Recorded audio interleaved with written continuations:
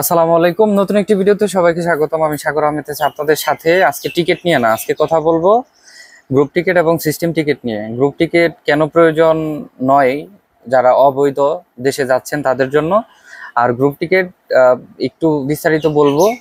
যারা প্যাসেঞ্জার আছেন সাধারণভাবে দেশে যেতে চান তারাও একটু শুনে নিতে পারেন প্রয়োজনে। গ্রুপ টিকিট নিয়ে যদি বলি, গ্রুপ টিকিট যখন একটা টিকিট বুক করা হয় তখন একটা টিকিটে 10 জন বা 20 জনের মতো করে যাত্রী থাকে। এই গ্রুপ টিকিটের যে সিস্টেম টিকিটের যে সুবিধা, যেমন ব্যাকেজ অ্যাড করা, খাবার অ্যাড করা ইত্যাদি, কিছু সিট সিলেক্ট করা, এগুলা গ্রুপ টিকিটে করা যায় না। গ্রুপ টিকিট ফ্লাইটের 5 ঘন্টা 3 ঘন্টা অথবা একদিন আগে ইস্যু হয়। এর আগে আপনি কখনোই আপনার টিকিট অনলাইনে পাবেন না। গ্রুপ টিকিটের মধ্যে এয়ারলাইন পিএনআর দিয়ে দিবে, কিন্তু ই টিকিট নাম্বার থাকবে না। তো যারা অবৈধ দেশে যেতে চাচ্ছেন তাদের ইমিগ্রেশনে যাবেন, ইমিগ্রেশন টিকিট দেখবে। আমি জানি যে টিকিট নিয়ে কোনো এখন পর্যন্ত আমি রিপোর্ট পাই নাই, তারপরেও যদি কোনো কারণে চেক দেয় অনলাইনে, আপনার টিকিটটি কিন্তু অনলাইনে পাবে না।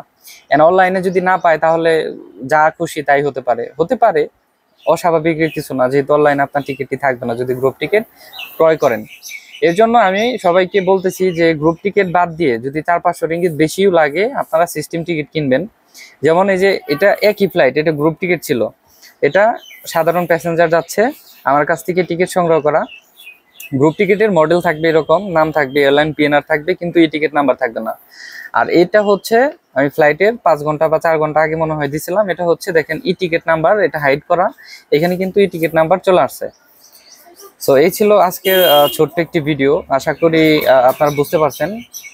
গ্রুপ টিকিট নিয়ে ইমিগ্রেশনে এখন পর্যন্ত কোনো রিপোর্ট আমি শুনি নাই, তারপরেও যেহেতু অনলাইনে থাকে না সেহেতু একটু সতর্কতা থাকা ভালো আমার আইডিয়া থেকে।